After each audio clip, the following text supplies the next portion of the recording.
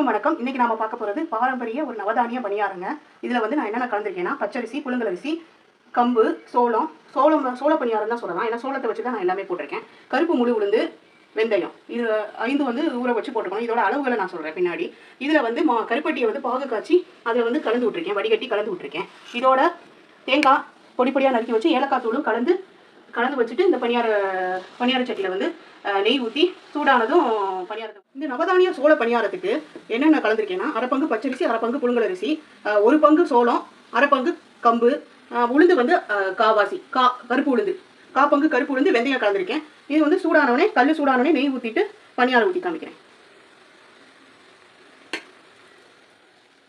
அவ்வளோதாங்க, நம்மளோட நவதானிய பணியாரம் ரெடி ஆகிடுச்சு. ஸோ உங்களுக்கு இந்த ரெசிபி பிடிச்சிருந்தா லைக் பண்ணி ஷேர் பண்ணுங்கள். நம்ம சேனலை சப்ஸ்கிரைப் பண்ணிக்கோங்க.